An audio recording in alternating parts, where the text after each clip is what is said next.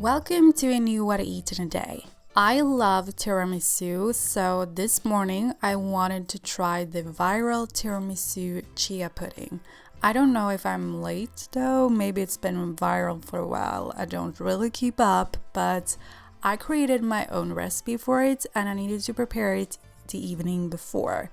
I will link the full recipe with measurements in the description. Anyway, I added 2 tablespoons chia seeds to a blender. Then I added 3/4 of a cup of Greek yogurt, but you could use any yogurt you want. Vegan, not vegan, doesn't matter.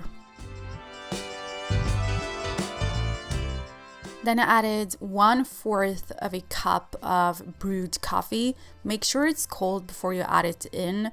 I just feel like it's best since you have the yogurt. And for sweetener, I added dates. I soaked them beforehand, but you don't have to. Since I only like coffee in desserts, I was scared to add too little sweetness, so I added 4 dates. But if you like coffee, you can add about 2 dates. I added about half a teaspoon of vanilla extract, but it tasted a lot like vanilla, so I would recommend maybe 1/4 of a teaspoon. For an even nicer flavor, I added some cinnamon and a pinch of sea salt. Then I blended everything until smooth. I actually prefer blended chia pudding. I just feel like it has a nicer and smoother texture and it's easier to digest. My blender isn't super strong though, so it could have been, more blended, but still better than a non-blended chia pudding in my opinion. But yeah, then I covered the container and put it in the fridge overnight to thicken, and in the morning I transferred the pudding to a glass. I actually had the perfect amount to fit the glass, which was very satisfying. And then you just want to add some cacao powder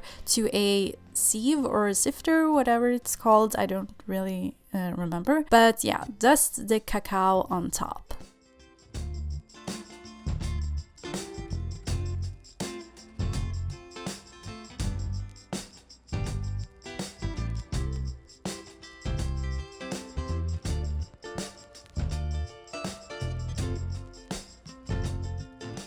I was taking photos for the recipe, so that's why the background looks a little extra. It was very yummy, but as I said, I could have added less vanilla and maybe a bit more coffee. I will put some adjustments in the recipe so you can make it to your liking.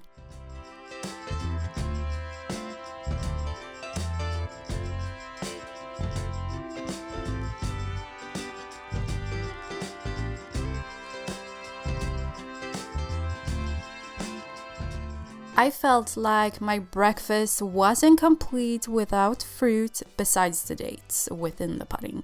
So I added wild blueberries while eating the pudding. And yes, I added more than you can see here. I think it would have been even better if you added strawberries or raspberries instead of blueberries though. Almost every morning I also have green tea, not only because I love the taste, but also because it contains polyphenols that are very good for you.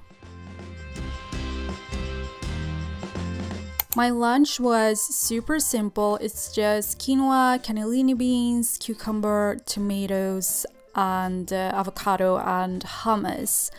I just made something simple because I knew I was gonna cook a lot this day when I was filming. So yeah, very simple, but yet tasty and healthy. And these are leftovers from the previous day, if I forgot to say that. In the afternoon, I had hot mint chocolate to be specific. I used pea milk for this because it's higher in protein than most other plant milks. Then I just added a teaspoon cacao powder and whisked it before placing the pot on the stove.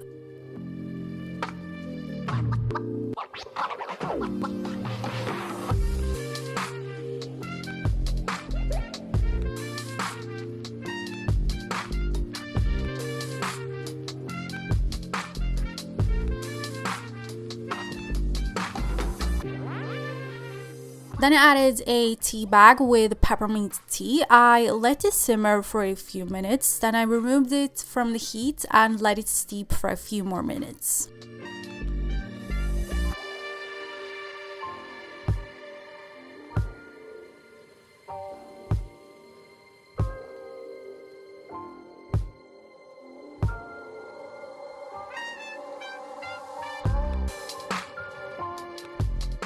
When removing the bag, I tried to squeeze out as much flavor as I possibly could with the spoon.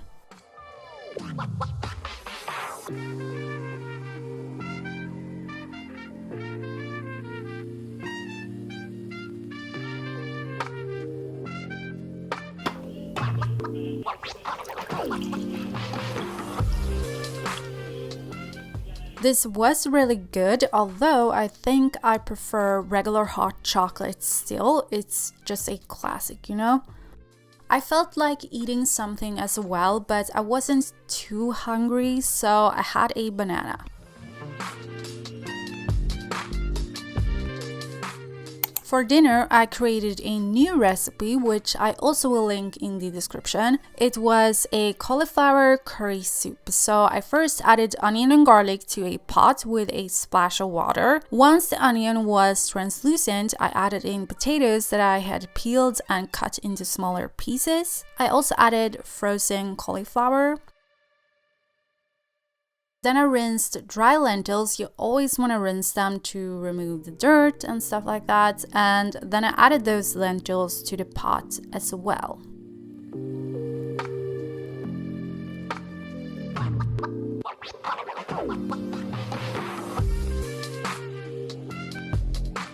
For the flavors and spices, I added grated ginger, curry powder of course, and herb salt. Then I added water and coconut milk because you need a liquid in there.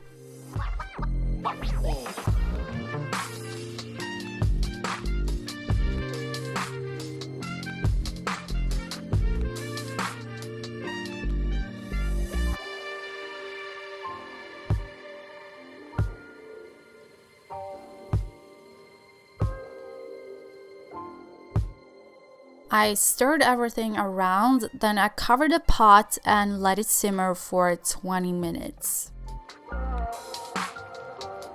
After 20 minutes, I added lemon juice, then I used an immersion blender to blend about half the soup. I did this because, I just wanted some chunks, but you can of course blend it completely if you want to.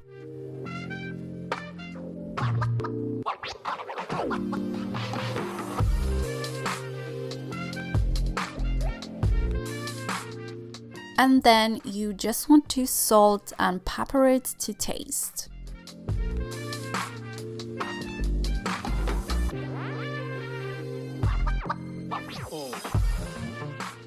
This is a pretty thick soup, which I like. I don't like them to be too watery, but if you prefer thinner soups, you can just go ahead and add more water as stated in the recipe. I have like an interval, so you just use the higher water option. I topped this with some pumpkin seeds. Originally, I wanted to top it with sliced green onion, but there wasn't any at the store, so yeah. And I didn't feel too hungry, so I just had a small slice of sourdough bread with this.